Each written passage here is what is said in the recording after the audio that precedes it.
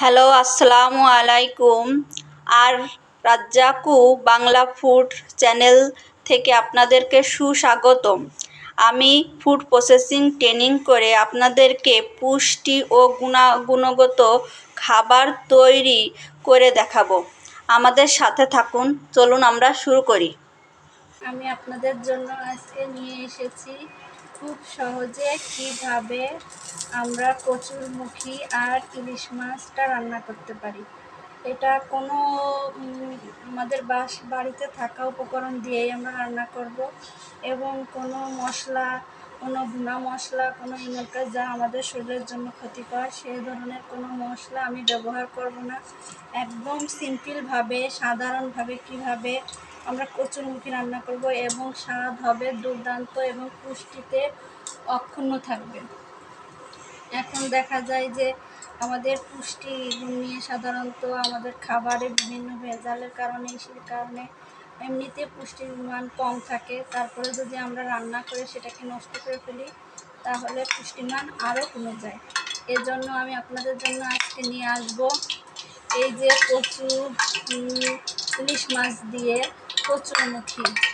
এই যে কচুরমুখী আর হচ্ছে ইলিশ মাছ দিয়ে কচুরমুখী। এখানে আমাদের লাগবে হচ্ছে পেঁয়াজ আর হচ্ছে গিয়ে মরিচ, আর কিচ্ছু না। এই যে পেঁয়াজ আর মরিচ আমরা দিয়ে দিলাম আমাদের কড়াইতে। পেঁয়াজ আর মরিচ আমরা দিয়ে দিলাম।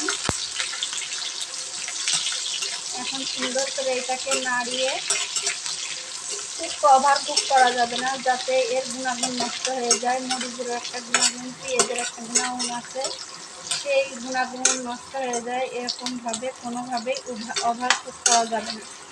এরপরেই আমরা দিয়ে দেব যে সাধারণ ইনগ্রিডিয়েন্টস, যেগুলো না দিলে তরকারিতে স্বাদই হয় না: হলুদ, লবণ আর জিরে।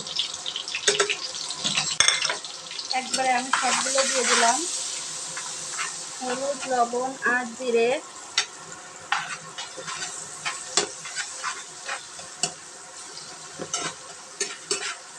এই হলুদ, লবণ, জিরে দেওয়ার পরই আমরা মাছটা দিয়ে দেবো। দেখতেই পাচ্ছেন আমাদের মাছগুলো। এই যে মাছ, ইলিশ মাছ, বেশি বড়ও না আবার ছোট, একেবারে ছোট্ট যেটাও না, একটু মাঝারি। মাছগুলো দিয়ে দিলাম। মাছগুলো দিয়ে আমরা একটু নাড়াচাড়া করে দিয়ে দেব পানি। একদম সাধারণভাবে রান্না হবে।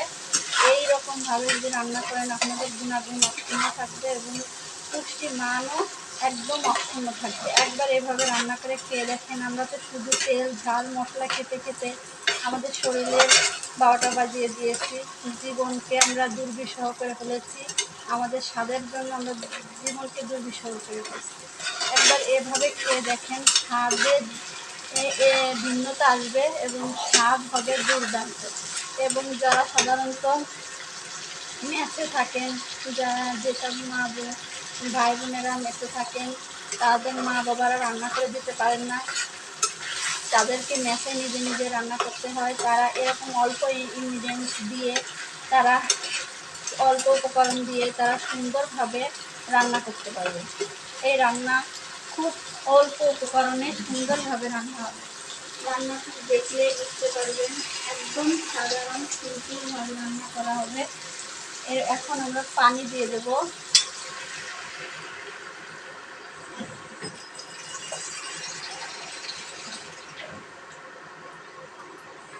এখন আমরা পানি দিয়ে দিলাম, 2 পানি দিয়ে দিলাম।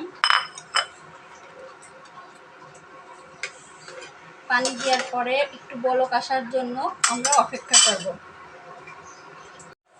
দেখুন এবার বলক উঠে গেছে, এখন আমরা এইখানে কচুরমুখীগুলো দিয়ে দেব। খুব সহজ। এভাবে একবার রান্না করে খেয়ে দেখুন, যেমন স্বাদ তেমন স্বাদের দ্বিগুণ। একবার খেয়ে দেখেন। এরকম মশলা, ঝাল মশলা অতিরিক্ত দিয়ে ভুনা করে খাওয়ার থেকে একবার এইভাবে খেয়ে দেখেন। পুষ্টিগুণ অক্ষুণ্ণ থাকবে এবং আপনার পুষ্টির মান অক্ষুণ্ণ থাকবে খাবারে। আর আমরা তো জানি ইলিশ মাছ আমাদের জন্য কত উপকারী। আমাদের সমুদ্রের মাছ প্রতিদিন অন্তত সপ্তাহে 1বার খেতে হবে, 2বার খেতে হবে। আর হচ্ছে কচুরমুখিটা আমাদের জন্য কত উপকারী, এবং কচুরমুখিতে প্রচুর প্রচুর পরিমাণে পুষ্টি আছে। এগুলোকে যদি আমরা ওভারকুক ভুনা এবং তেল মশলা দিয়ে ওভারকুক করে ভুনা করে ফেলি, তাহলে এগুলো কিন্তু সমস্ত উপকরণ নষ্ট হয়ে যাবে, শুধু আমরা নষ্ট করে সব মশলাগুলো খাবো। এর জন্য এবার আমরা বলক উঠবে, বলক উঠলে আমাদের যদি শুধু কচুরমুখিটা সিদ্ধ হয়ে যায়, সিদ্ধ হয়ে যাওয়ার পরে আমরা তরকারিটা নামাই নেব। দেখেন এখন রান্না প্রায় হয়ে গেছে অলরেডি। এই যে এক চিমটি চিনি আমরা এখানে যোগ করব, এতে স্বাদ আরও দ্বিগুণ বাড়িয়ে দেবে। সবজির সাথে সবসময় এক চিমটি চিনি দিলে সেই সবজির স্বাদ দ্বিগুণ থেকে দ্বিগুণ বেড়ে যায়। এক চিমটি বেশি দেবেন না, তাহলে যাবে মিষ্টি মিষ্টি হয়ে গেলে ভালো লাগবে না। এক চিমটি দিতে হবে, 3 আঙ্গুলের এক চিমটি দিতে হবে। আর দেখেন আমার এবার রান্না করে আপনাদের কাছের থেকে দেখাচ্ছি। দেখেন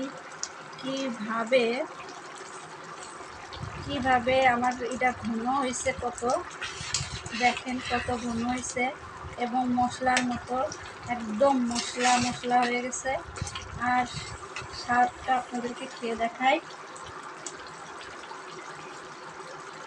দুর্দান্ত স্বাদ হয়েছে। আপনারা একবার তৈরি করে খেয়ে দেখেন এভাবে, আর কখনো মশলা দিয়ে রান্না করে খাবেন না, এভাবেই বারবার রান্না করে খেতে চাবেন। এবং এর পুষ্টিগুণ সম্পূর্ণই অক্ষুণ্ণ আছে, কারণ আমরা খুব অল্প উপকরণ দিয়ে সুন্দরভাবে রান্না করছি, যার পুষ্টিগুণ সম্পূর্ণই অক্ষুণ্ণ আছে। ভালো থাকবেন, আল্লাহ হাফেজ।